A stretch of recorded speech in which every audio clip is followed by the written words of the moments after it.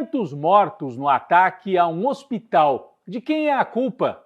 Disputa militar e guerra de informações no cerco à faixa de Gaza.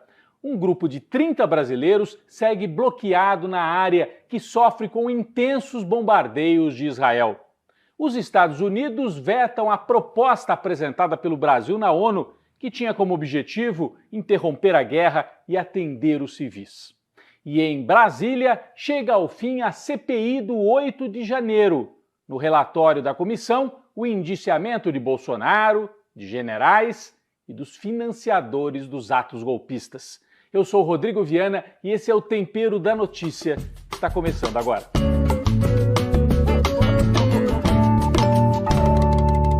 Esta semana assistimos às cenas mais terríveis desde o início da guerra no Oriente Médio.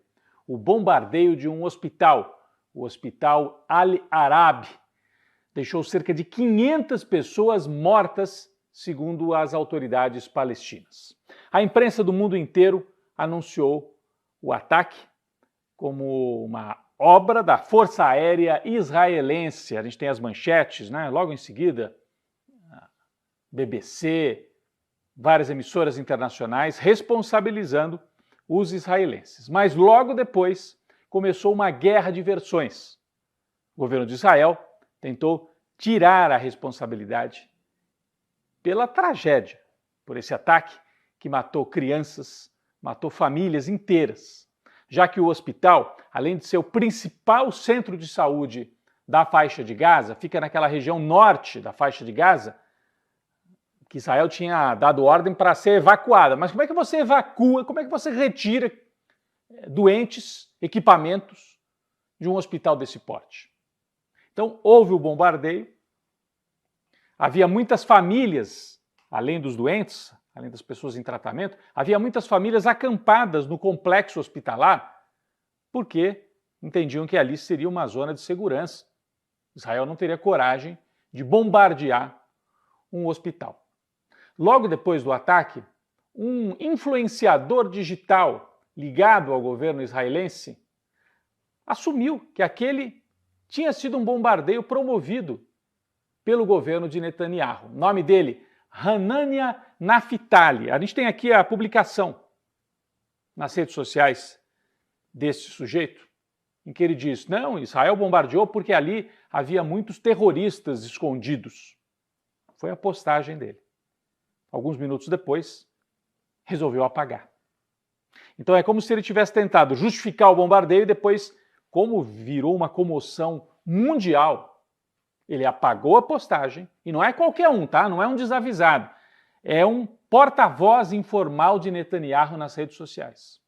É como se fosse aqueles blogueiros bolsonaristas, aquele Alan dos Santos, que falavam em nome do Bolsonaro.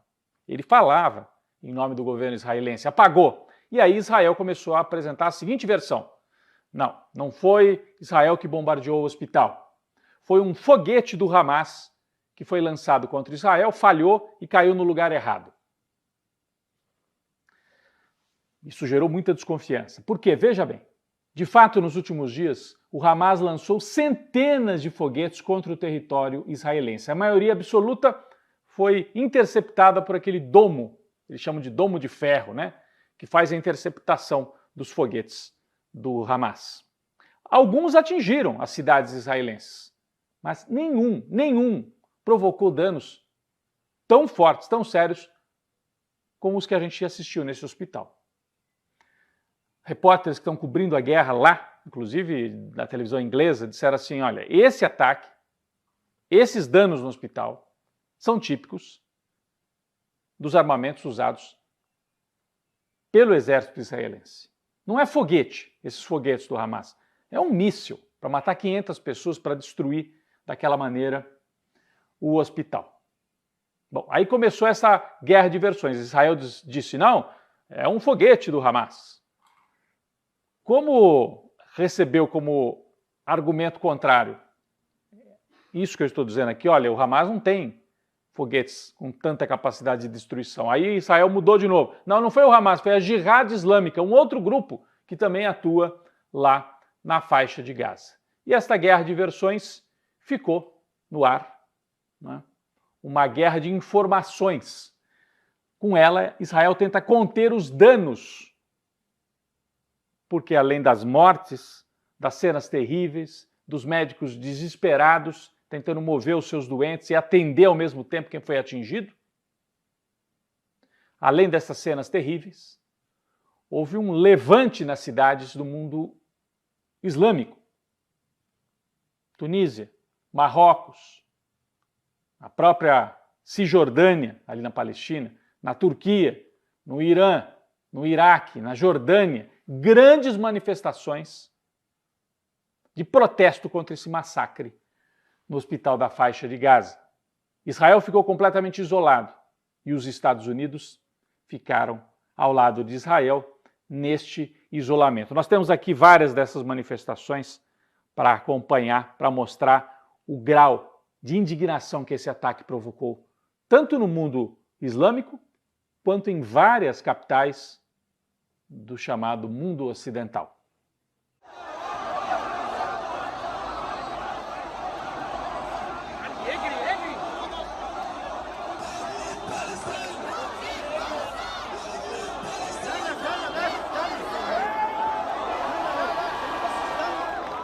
Bom, tudo isso aconteceu exatamente no momento em que o presidente dos Estados Unidos, Joe Biden, foi a Tel Aviv para se encontrar com Netanyahu e declarar apoio total a Israel.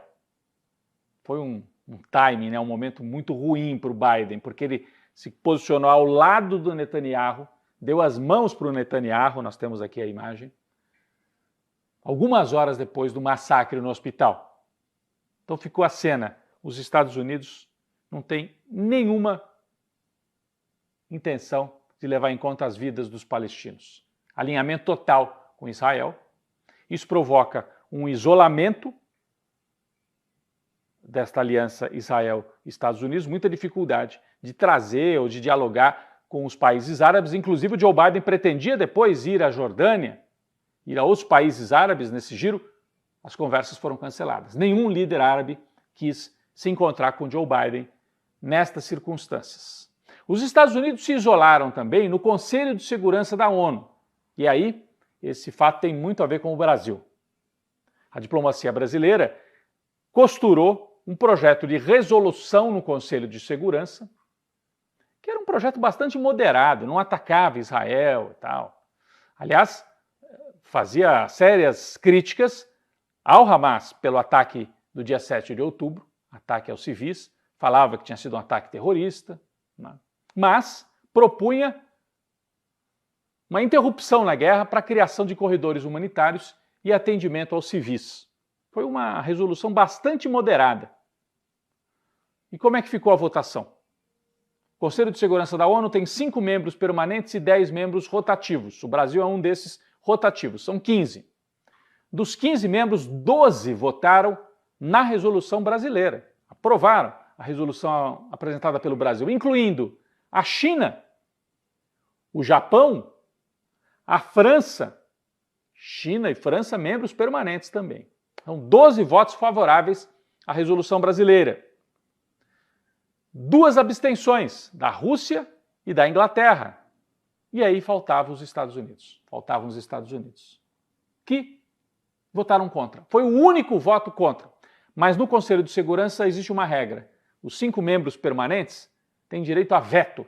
Se eles votam contra, a resolução não passa. Os Estados Unidos vetaram uma resolução que falava na paz, falava no atendimento dos civis. E isso também provocou um tremendo isolamento dos Estados Unidos e do chamado mundo ocidental. Vamos olhar para isso, para além da tragédia humanitária. Há um deslocamento nas peças no tabuleiro mundial. O mundo árabe, por tudo que está acontecendo agora ali em Israel, se desloca. Havia alguns países do mundo árabe que tendiam a conversar com os Estados Unidos, tinham um bom diálogo, mas o mundo árabe se fecha na defesa dos palestinos e se desloca para o eixo Rússia-China. Você imagina que nós temos já um eixo muito forte, China, Rússia, os BRICS, Índia, África do Sul e agora o mundo árabe também em contraposição aos Estados Unidos e à Europa, vistos como lideranças decadentes e que não levam em conta a vida das pessoas em outras áreas do mundo. Isso não sou eu que estou dizendo. Aqui nós temos um artigo do Financial Times, que é um jornal lido pela elite financeira mundial, dizendo exatamente isso. O isolamento do Ocidente, a dificuldade para estabelecer alianças e essa escolha dos Estados Unidos de apoiar o massacre cometido pelo Estado de Israel. Enquanto isso, nós temos ainda 30 brasileiros bloqueados na faixa de Gaza. Os brasileiros que estavam em Israel, esses estão conseguindo sair. O governo brasileiro agiu rápido, vários aviões, mais de 1.000 brasileiros já voltaram. Mas nós temos 30 brasileiros bloqueados, bombardeio ali muito próximo da área onde eles estão, e não se abre o portão, a passagem de Rafah, que é ali no sul de Gaza, para o Egito. Não se abre o portão nem para que as pessoas possam sair, esse corredor humanitário, que era o que o Brasil propunha na ONU, e nem para entrar mantimentos. Falta água, falta comida, faltam remédios. A faixa de Gaza vive um bloqueio completo, uma crise humanitária. Os Estados Unidos agora dizem, não, nós, por nossa conta, como uma grande concessão, não a ONU, os Estados Unidos vão negociar com o Egito e com Israel para permitir a entrada de comida, água e medicamentos. Aí fica como uma concessão. Os Estados Unidos vão deixar os palestinos beberem água e comer. Mas, do ponto de vista político, estão isolados, apesar de todo o poderio militar.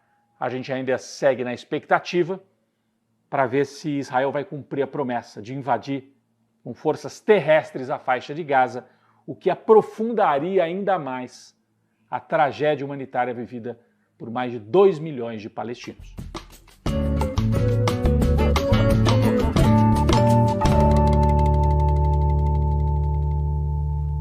Um cafezinho para os parlamentares, deputadas e senadores que aprovaram o relatório final da CPI do 8 de janeiro. Esta CPI, que investigou os atos golpistas promovidos pelos bolsonaristas com apoio das Forças Armadas, ou de uma parte delas, esta CPI foi proposta pela extrema-direita no parlamento, pelos bolsonaristas, porque eles queriam criar constrangimentos para o governo. O governo Lula preferia não ter CPI, para tocar o país para frente, arrumar a economia e deixar a justiça fazer esse trabalho. Mas os bolsonaristas insistiram, acharam que iam criar constrangimentos, tinham aquele discurso, o Lula, o Flávio Dino sabiam de tudo e não fizeram nada para conter a invasão do palácio, a invasão dos prédios públicos. E não foi nada disso. Propuseram a CPI e, no final, os setores democráticos tiveram maioria na comissão e conseguiram deixar um registro histórico do que aconteceu nesse 8 de janeiro. Um cafezinho especialmente para a relatora, Elisiane Gama, do Maranhão, senadora, que não é de partido de esquerda, é uma senadora de centro, mas que foi muito firme na condução dos trabalhos e trouxe no seu relatório final todo o contexto, como é que se criou essa tentativa de golpe em 8 de janeiro. Começa com os discursos de Bolsonaro, em vários momentos ao longo do mandato dele, atacando as urnas, atacando o sistema político, né? Atacando o Supremo Tribunal Federal. Ela traz todo esse contexto e depois a agitação que se faz na porta dos quartéis e na sequência parte para o indiciamento. Foram indiciados vários personagens importantes. O principal, Jair Bolsonaro, ele foi indiciado pelos crimes de tentativa de abolição violenta do Estado de Direito, golpe de Estado, associação criminosa e emprego de medidas para impedir o livre exercício dos direitos políticos. Além do Jair Bolsonaro, vários generais indiciados e também empresários que financiaram o golpismo. Entre eles, Meyer Nigri, dono da construtora Tecnisa, uma das maiores do Brasil. Bem, aqui não há punição, não é judiciário. O relatório final da CPI, que ficou muito além do que as pessoas imaginavam, é um documento histórico, primeiro, estabelece a verdade histórica, um documento político e também segue agora para a Polícia Federal, Supremo Tribunal Federal, Procuradoria-Geral da República, para que sejam tomadas as devidas medidas contra esses personagens. Um cafezinho, portanto, para os parlamentares, especialmente a relatora Elisiane Gama, que teve coragem de enfrentar os golpistas, a extrema-direita, os militares, e fez um relatório consistente para a história, contando o que aconteceu e indiciando vários personagens, entre eles Jair Bolsonaro. Cafezinho, terminou bem a CPI do 8 de janeiro.